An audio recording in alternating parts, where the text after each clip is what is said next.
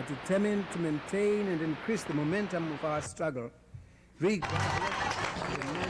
need people to give rides to the polls. We need people to decide. But just for a second, we're going to make the mayor an honorary woman. And let him come out and encourage us to get out the vote.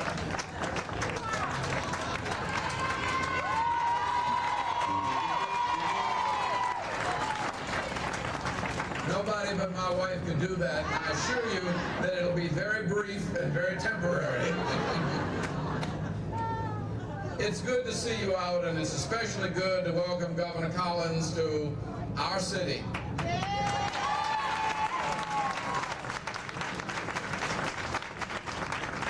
I've been traveling around on behalf of the Dukakis campaign, but not really on behalf of Dukakis, on behalf of me and you, because I'm concerned that the decision we make 2 weeks from today is not only going to influence our lives for the next 4 years, but it will probably influence our lives for the next 20 years because of the Supreme Court and because the kinds of issues that are going to be decided are going to determine which way this country goes. There is a clear choice, and you still have a chance to make it. I was 4 points behind on the Friday before Election Day. In my own polls, the Constitution and Journal and everybody else's polls had me 6 to 10 points behind. And yet on Election Day, I won by 3 percentage points.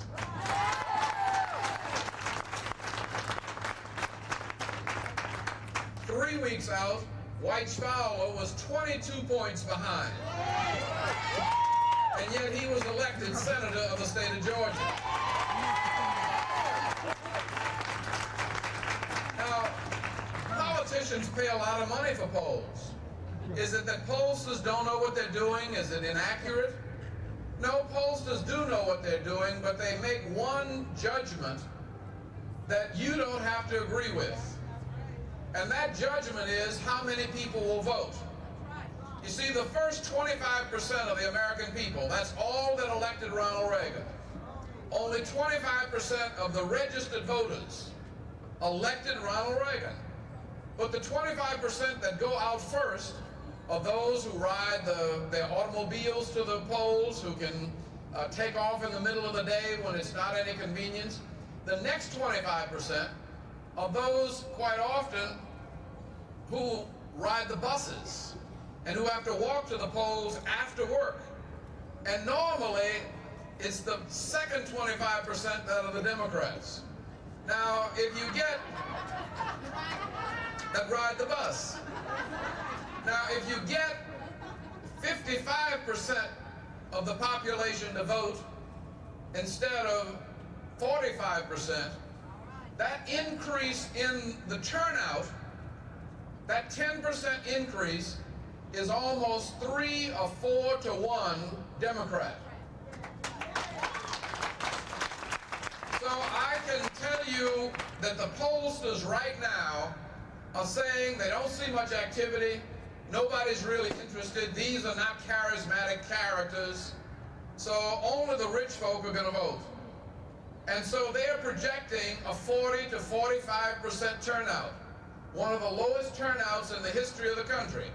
And if that happens, if people believe the pollsters and say that there's nothing they can do, then the pollsters are right. But if the people say, the hell with you, I am an American citizen, and I don't have to make up my mind to vote until Election Day. And I am going to vote on Election Day because I know that my life depends on it. We had the most beautiful rally. This is a good rally, but in Hawkinsville Saturday, it was the most beautiful political rally I have ever been to, because Georgia was at its best, and Senator Sam Nunn was at his best. And Sam Nunn went down the list and refuted every one of these allegations made in these commercials that are lies on top of lies, the kind of lies we haven't seen since Adolf Hitler.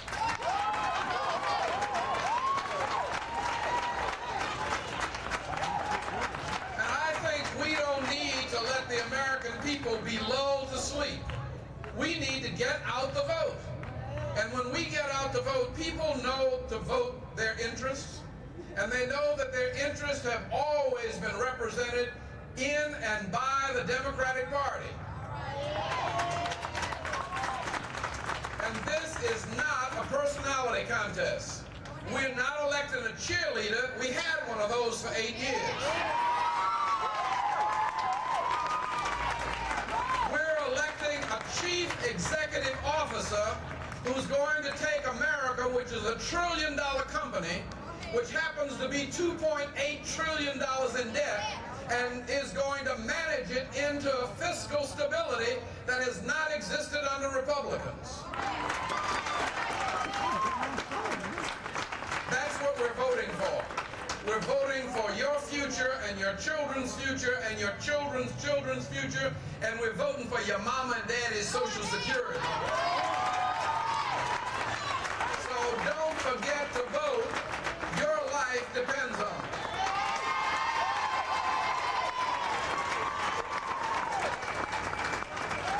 See what happens when you make somebody a woman? They do real good. We'll revoke it now and let him be the mayor again. There are a couple of more folk in here who are going to be really active in helping to get out that vote. Elaine Valentine, when raise your hand.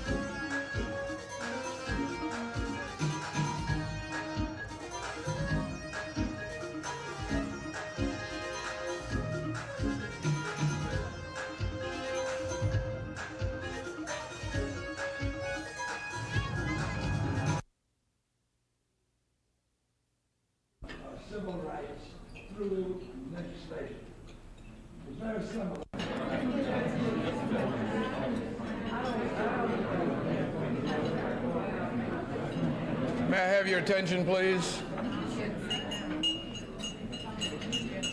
Let me thank all of you for joining us in this get-together with the President of the African National Congress, Dr. Oliver Tambo, who was, as you found out from Dr. Gloucester, so recently honored by Morehouse College in a very excellent convocation of a few hours ago.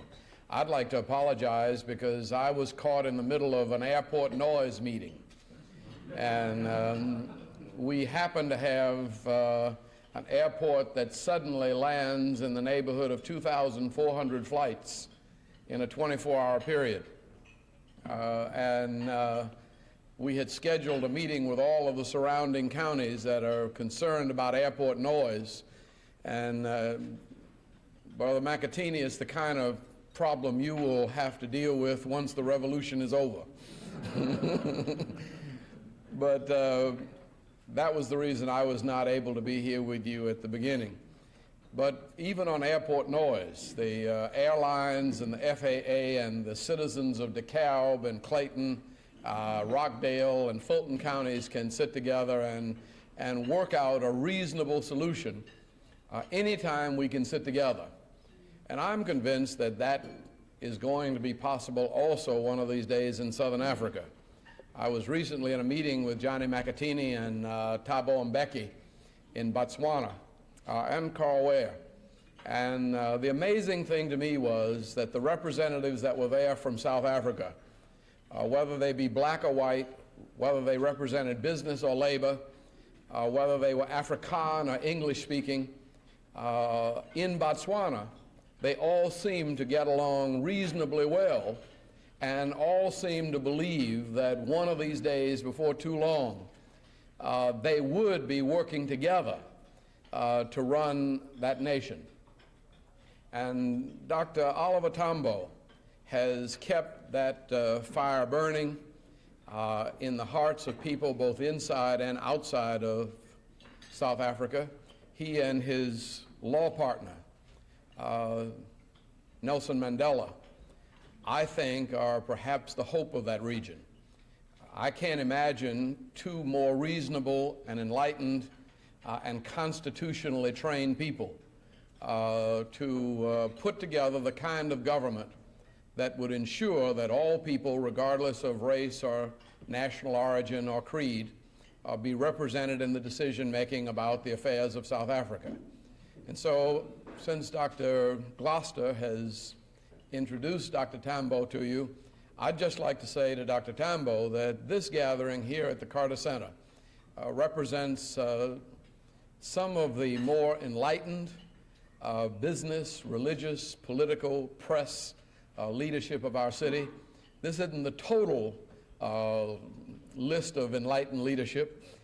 This is just the small, select few that we were able to bring together to have an opportunity to meet you and to hear from you what your dreams and expectations and aspirations are for your country, South Africa. And I would like to just ask you to come forward and speak to us in your own way. And I thank you for taking the time in what has been a very busy and successful schedule from one end of this great nation to the other to squeeze us in this last day just before you return to Zambia this evening at 6 o'clock. And so I'd like for you to welcome Dr. Oliver Tambo, the President of the African National Congress.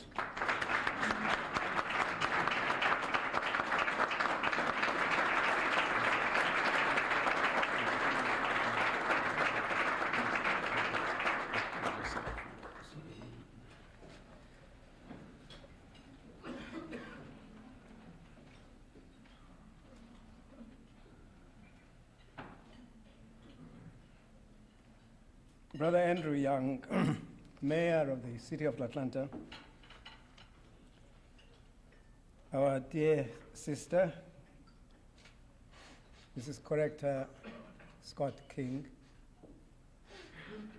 Dr. Hugh Gloucester, President of Morehouse College, ladies and gentlemen, brothers and sisters,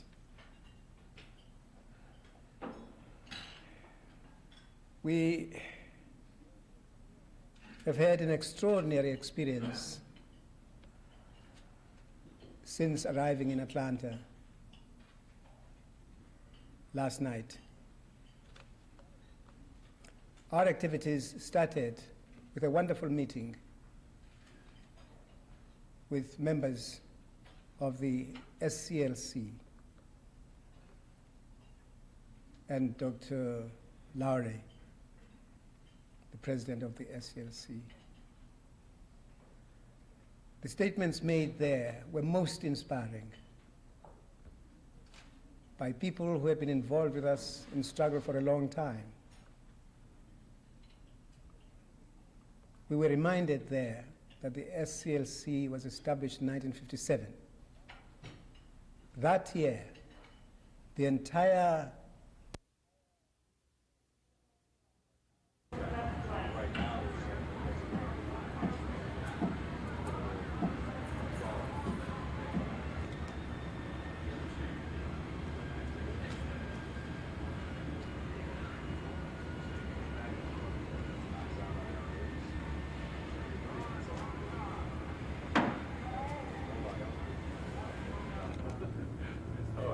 proceeds. Only problem, man, is can you bend your arm the other way?